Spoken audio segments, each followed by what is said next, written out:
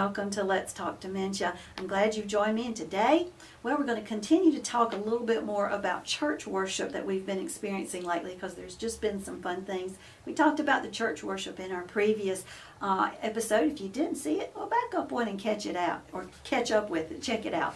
Mix those two terms together there, didn't I?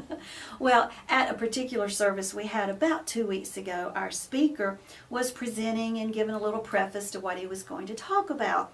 Now, he said, in the bulletin is your scripture. Well, you need to know that our bulletins are about 8 pages long. They're 8.5 by 11, printed with great big print, big font, and all the scripture words are there. All the words to the song are there, because our folks with dementia can no longer open a hymn book and find hymn 352. They may even have their book upside down.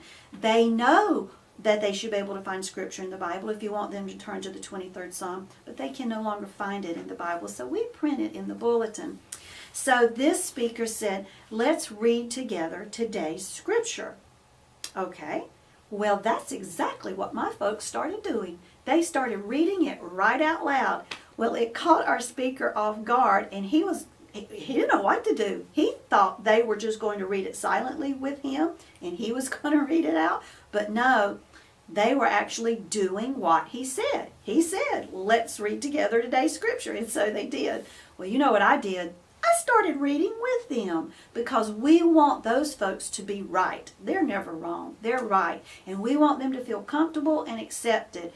And as far as all the world was concerned, the only one who didn't know what was going on was the speaker. And it kind of made me giggle. But it brings to mind the thought of what we say to our loved ones, making sure that what we're saying is what we mean, because they may take things a little more literally than what you mean. So think about that. You know, we use phrases in our everyday life that we don't mean at all what we're saying.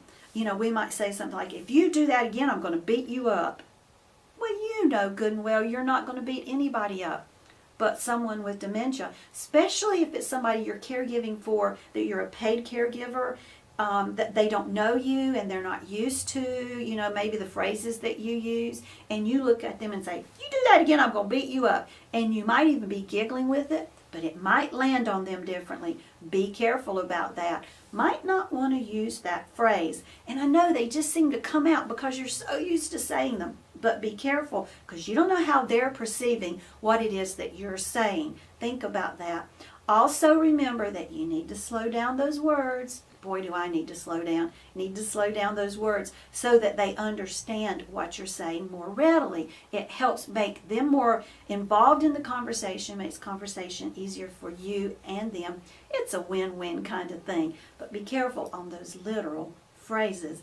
Sometimes it'll just make you laugh, though, what people say.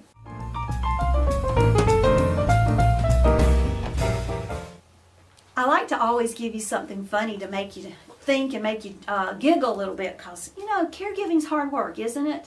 It is. I don't have to ask that question. I'm living it. I know it's hard work. So I like to have something to make me giggle, and here is your giggle for the day. A freshman is talking to the new girl in school. She said, you'll like it here. Everyone is pretty chill, and the teachers are all nice, but the principal, he's kind of a moron. The girl looks at her and says, do you know who I am? I'm the daughter of the principal. Oh, the other girl looks at her and says, do you know who I am? And she shakes her head and said, no, I don't. The girl said, good, and walked away. Yeah, you got to be careful what you say. That's what I'm telling you. You got to be careful what you say. Remember this, knowledge brings power. Power brings hope. Hope brings smiles. We all need more smiles. Thank you so much for watching. Make sure you like this video and subscribe to our channel.